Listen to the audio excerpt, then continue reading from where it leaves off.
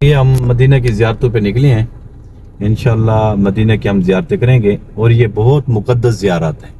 جی ایسی مقدس زیارتیں ہیں کہ جس کا ذکر ہم نے کتابوں کے اندر پڑھا، اپنے اساتذہ کرام سے بھی پڑھا، جی بالکل کہ انہوں نے اس دور کے اندر بڑی مشکلات کا سامنا کر کے ہم تک یہ دین پہنچایا، کہ جس کے اندر صحابہ کرام نے، نبوت نے اپنا تن من دھن سارا کچھ دین کے لیے قربان کیا، گھر بار کو چھوڑ کر، بیوی بچوں کو چھوڑ کر، رشتہ داروں کو چھوڑ کر دین اسلام کے لیے نکلے۔ اس کے اندر انہوں نے اپنا تن من دھن سارا کچھ دین کے لیے قربان کر دیا۔ اگر مال کی باری آئی تو انہوں نے مال قربان کر کے دکھایا، اگر جان کی باری آئی تو انہوں نے جان قربان کر کے دکھائی، اور ان کی قربانیوں کی وجہ سے آج ہم تک یہ دین پہنچا ہے۔ بے شک۔ اور آج ہم انہی کی قربانیوں کو دیکھنے کے لیے جا رہے ہیں کہ انہوں نے اس دور کے اندر کتنی مشکلات کا سامنا کر کے ہم تک یہ دین پہنچایا۔ دعا ہے اللہ رب العزت سے کہ ہمیں اس کے اندر سچ سچ بولنے کی توفیق عطا فرمائے، اور ہمیں اور تمہیں اس پر عمل کرنے کی توفیق عطا فرمائے۔ آمین جی آمین۔ علی بھائی ابھی ہم جا رہے ہیں غزوہ احد میں، ٹھیک ہے نا؟ ٹھیک ہے۔ غزوہ احد جو ہے تاریخ اسلام کا دوسرا غزوہ ہے۔ پہلا غزوہ بدر ہے، یہاں سے 170 کلومیٹر کے فاصلے پر ہے۔ ٹھیک ہے۔ دوسرا غزوہ احد ہے۔ غزوہ احد میں جانے سے پہلے راستے میں 2 زیارتیں اور آئیں گی۔ ٹھیک ہے۔